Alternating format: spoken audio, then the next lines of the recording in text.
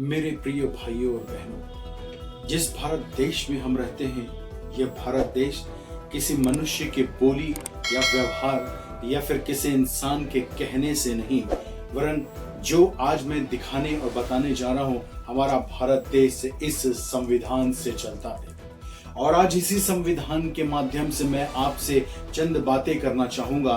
चंद जो बातें हैं उन बातों से पर्दा हटाने की कोशिश करूंगा और मैं इस बात के लिए आश्रित हूं, विश्वास करता हूं कि जो बातें आज मैं आपसे इस संविधान के माध्यम से करूंगा वो आपके जहन के लिए, आपके विचारों के लिए लाभदायक होगी। यदि हम संविधान के अनुच्छेद 25 को यदि हम पढ़ें तो इस जगह पर एक बात बहुत स्पष्ट लिखा है कि धर्म की स्वतंत्रता का अधिकार। इस बात को बड़ा गौर से सुनिएगा। संविधान से बात कर रहा हूं, संवैधानिक बात कर रहा हूं, गैर संवैधानिक बात नहीं वरन संवैधानिक बात कर रहा हूं। और इस जगह पर साफ साफ लिखा है कि धर्म की स्वतंत्रता। यहां पर लिखा है कि अंतःकरण और धर्म के अबाध रूप से मान्य आचार और प्रचार करने की स्वतंत्रता, लोक व्यवस्था, सदाचार और स्वास्थ्य तथा इस भाग के अन्य उपबंधों के अधीन रहते हुए सभी व्यक्तियों को अंतःकरण की स्वतंत्रता का और धर्म के अबाध रूप से मान्य आचरण करने और प्रचार करने का सामान्य हक होगा। ये हमें संविधान, जिस संविधान की आज हम बात कर रहे हैं और ये जो भारत देश जिस संविधान से चलता है, ये संविधान ने हमें अधिकार दिया है। अनुच्छेद 25 में इसका पूरी तरीके से जिक्र है, वर्णन है। आज हमारे भारत देश में हिंदू, मुस्लिम, सिख, ईसाई और भी बहुत सारे ऐसे जाति और बहुत सारे धर्म के लोग पाए जाते हैं। और अगर कोई व्यक्ति जो पग पहने हुए, हाथों में कड़ा पहने हुए रोड में अगर चलते हुए हमें नजर आए तो हम उसके वेशभूषा से, उसके पहनावे से हम इस बात को जान जाते हैं कि वो सिख कम्युनिटी का व्यक्ति है, वो सिख समुदाय से बिलोंग करता है। अगर किसी व्यक्ति को हम देखें कि वो सर पे टोपी पहने हुए है और उसकी बड़ी बड़ी दाढ़ियां हैं, तो हम इस बात का आकलन करते हैं, हम इस बात को जानते हैं कि वो एक मुस्लिम कम्युनिटी का व्यक्ति है। अगर कोई माथे पे तिलक लगाया हुआ हो और वो रोड पे चल रहा हो तो हम इस बात को देखकर स्पष्ट रूप से जान जाते हैं कि वो हिंदू समाज से बिलोंग करता है। अगर कोई गले पे क्रॉस लगा करके घूम रहा है तो हम इस बात से स्पष्ट जान जाते हैं कि वो क्रिश्चियन समुदाय का व्यक्ति है, क्रिश्चियन समुदाय का बंदा है। इसी तरीके से जो संविधान जो अलग अलग भाषाओं में अलग अलग तरीके से अलग अलग बातों को हमें सिखाता है। आज हमारे भारत देश में अगर देखा जाए तो हिंदुओं का अलग ग्रंथ है, मुस्लिमों का अलग है और सिखों का अलग है, ईसाइयों का अलग है। सब लोग अपने अपने धर्म और अपने अपने ग्रंथ को फॉलो करते हैं, अपने अपने ग्रंथों के विषय में, अपने अपने धर्म के विषय में बातें करते हैं।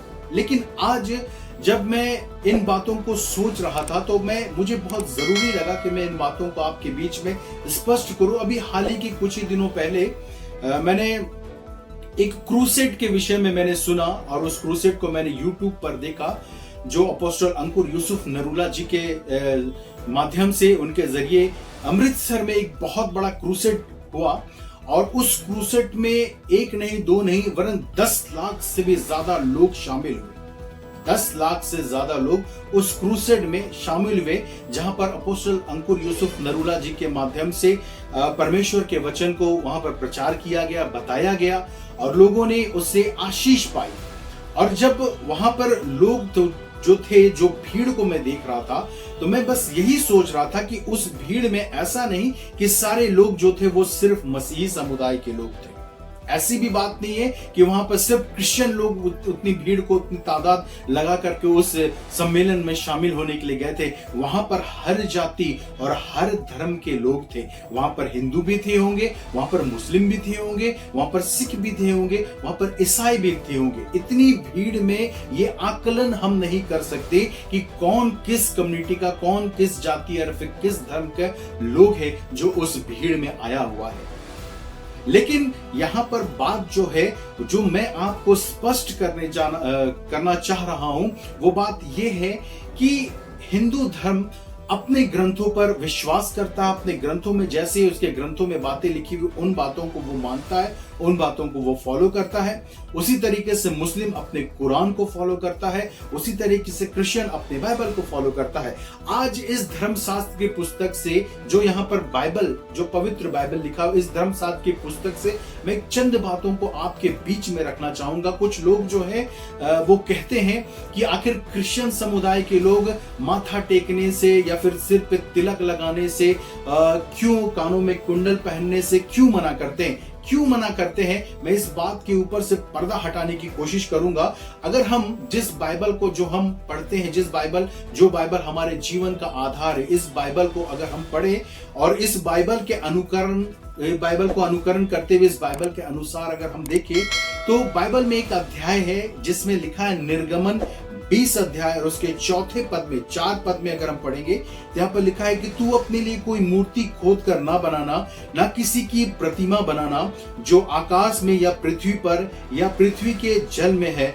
तू उसको दंडवत ना करना और ना उसकी उपासना करना, क्योंकि मैं तेरा परमेश्वर यहोवा जलन रखने वाला परमेश्वर हूं। यहाँ पर साफ साफ जो बातें हैं, जिस बाइबल को हम फॉलो करते हैं मसीही समुदाय के लोग, उस बाइबल में साफ साफ यहाँ पर इन बातों का जिक्र है कि तू किसी भी रीति से मूर्ति खोद कर ना बनाना। भाई यहाँ पर जो बहुत समझने वाली बात है कि यहाँ पर हर जाति और हर धर्म के लोगों को अपनी अपनी पहचान मिली हुई है, अपने अपने ग्रंथों से बोलने सिखाने के लिए उनको शिक्षाएं दी गई हैं। जो हमारा बाइबल आज जो कहता है, मसीह समुदाय के लोग उन्हीं बातों पर केंद्रित हैं और उन्हीं बातों पर ज्यादा फोकस करते हैं, उन्हीं बातों को लोगों के जीवन में बताते हैं। यहाँ पर धर्म बदलने वाली कोई बात नहीं है, क्योंकि हम इस बात को जानते हैं कि यीशु मसीह जात या धर्म बदलने नहीं, लेकिन मनुष्य के जीवन को बदलने के लिए आया है।